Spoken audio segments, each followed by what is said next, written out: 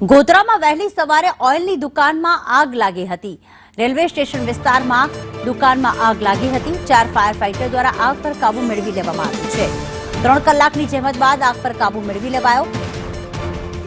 દુકાનમાં આગ લાગવા પાછળનું કારણ હજી પણ અકબંધ છે। વહેલી સવારે ગોધરાના રેલવે સ્ટેશન વિસ્તારમાં ઓટોમોબાઈલના ઓઇલ વેચતી એક દુકાનમાં અચાનક આગ ભડકી ઉઠી હતી। આગ બેકાબુ બની હતી કારણ કે અંદર ઓઇલ મટીરિયલ હતું।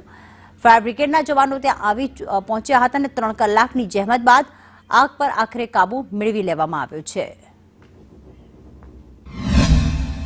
રેલવે સ્ટેશનની બાજુમાં સિંગલ ફળિયાની રોડ છે, એને બિલ્ડિંગ એક છે એમાં આગ લાગી છે।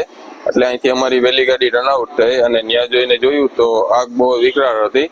જે નીચે 5 દુકાનો હતી, 4 થી 5 દુકાનો હતી અને પાછળની સાઈડે મકાનો હતા। એમાં આગ બહુ વધુ લાગી ગઈ હતી। એટલે અમારે આજુબાજુના ફાયર સ્ટેશનની મદદ લેવી પડી હતી, જેમાં કાલોલ હે, હાલોલ હે, શહેરા હે, લુણાવાડા હે એવા ફાયર ફાઈટરોને બોલાવી જે 5 થી 6 ગાડીઓ એક સાથે ફાયર ફાઇટિંગ કરી અને 5 થી 6 કલાકની જહેમત બાદ ફાયર ઉપર કંટ્રોલ મેળવવામાં આવ્યો હતો।